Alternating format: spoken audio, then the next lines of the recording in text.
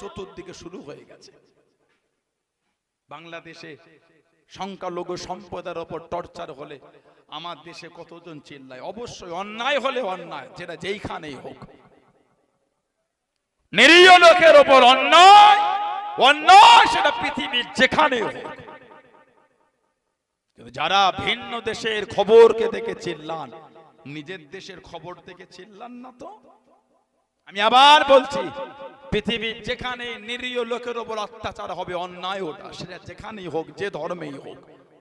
কিন্তু আমার দেশে যখন মুসলমানদের উপর অত্যাচার হচ্ছে, দলিত আদিবাসীদের উপর অত্যাচার হচ্ছে, খ্রিস্টানদের উপর অত্যাচার হয়, তখন তো সেগুলো আর ডিবেট হলো না, নিউজ হলো না। কেন? এই দ্বিচারিতাটা কেন? এই নোংরা হীন মানসিকতা কেন? কেন এগুলো শুরু হচ্ছে? অর্থের বিনিময়ে পরিবর্তন হচ্ছে বিচার।